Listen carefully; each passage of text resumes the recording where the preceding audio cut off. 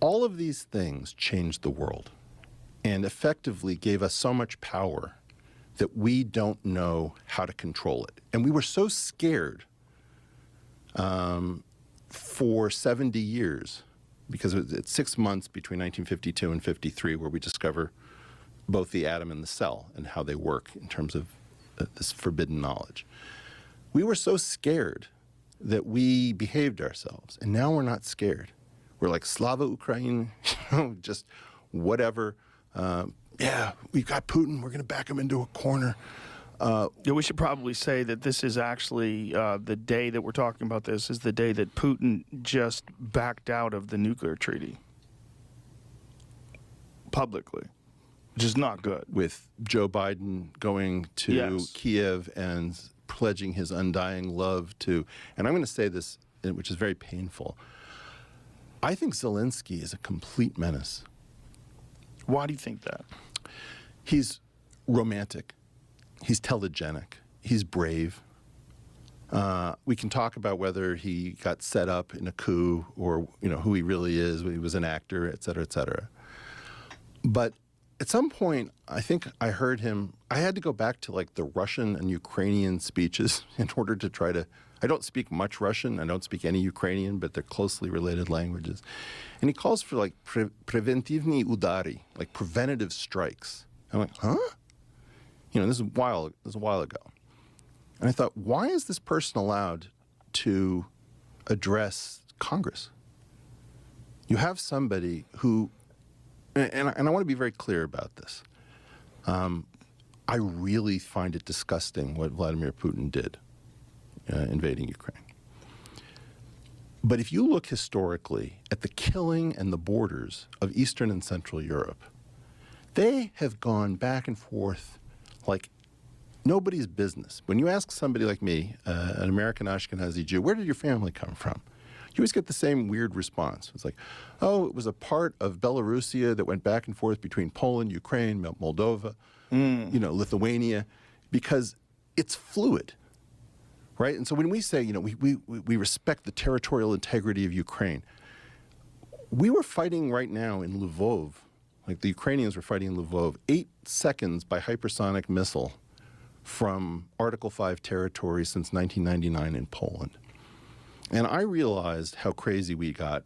I was in Providence, Rhode Island with my son, and I get this alert on my phone, and it says, 2 people are dead in Poland with a presumptive strike by a Russian missile. I'm thinking, did I read 2 Polish people dead in an Article 5 full NATO member since 1999 with a Russian missile? Because I knew we were fighting way too close to this border. Now, by the way, if I say Lvov, everyone's going to correct me and say, no, Eric, it's Lviv. It's like, no, these cities all have multiple pronunciations. I always thought of Lvov was a Polish city, not a Ukrainian city. And ironically, I believe Lvov is the birthplace of Stanislaw Ulam, who came up with the Teller-Ulam thermonuclear design. So we're talking about some of the world's smartest people on some of the world's bloodiest, most disgusting, most beautiful land. Have you ever been to Ukraine? No. So my family basically is scattered, was scattered throughout the shtetls of Ukraine, and I've been over there in '89. We Americans do not understand Central and Eastern Europe, period, the end. And for us to be making these commitments and not understanding how Russians think and how Ukrainians think and how Poles think and how the fighting works, I don't think we know what we're doing. I think we're creating a doomsday machine. And the reason that it's not like Zelensky isn't wronged by Putin. It's not like he's not charismatic. He has one of the greatest Bruce Willis lines of all time. When we asked to evacuate him, he says, I need ammunition, not a ride. That thing makes us, I want that. Right. And then there's like house-to-house fighting, the way all the World War II enthusiasts think. They tend not to think about Nagasaki and Hiroshima. They like the tactical stuff with all the, which bridge got taken out over which river and how did we do this and that. So it's very romantic to people who are like World War II addicts. We do not realize how deep the trouble we're courting is.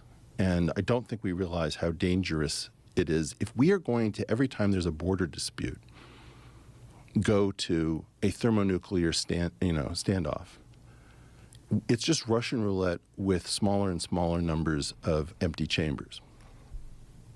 And I don't know what this is. I don't know whether we have 30 years to play this game or 3 months.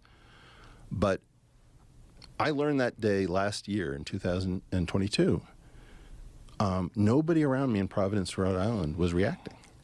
Everybody's just going about. It was like a normal day. It's like I'm increasingly, Joe, believing that I am sane and that the world is crazy. And normally I take that as a cue that maybe I need to get some sleep. No, I think we're actually just going crazy. I think that those of us who actually get how risky this is need to speak up because it's not fun.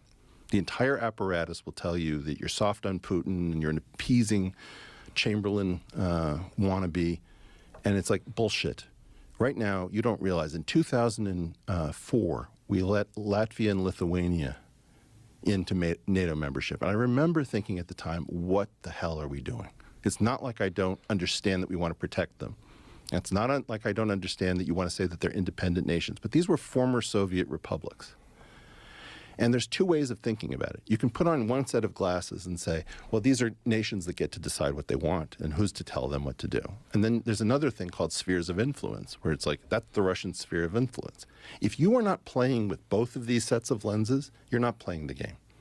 And the number of people who just have one set of these glasses on, right? They're only seeing the infrared or they're only seeing the ultraviolet. It's like, no, you need to oscillate back and forth and understand what you're doing. So I think Zelensky, and I'm scared to say this because I know I'm going to get just nothing but hate.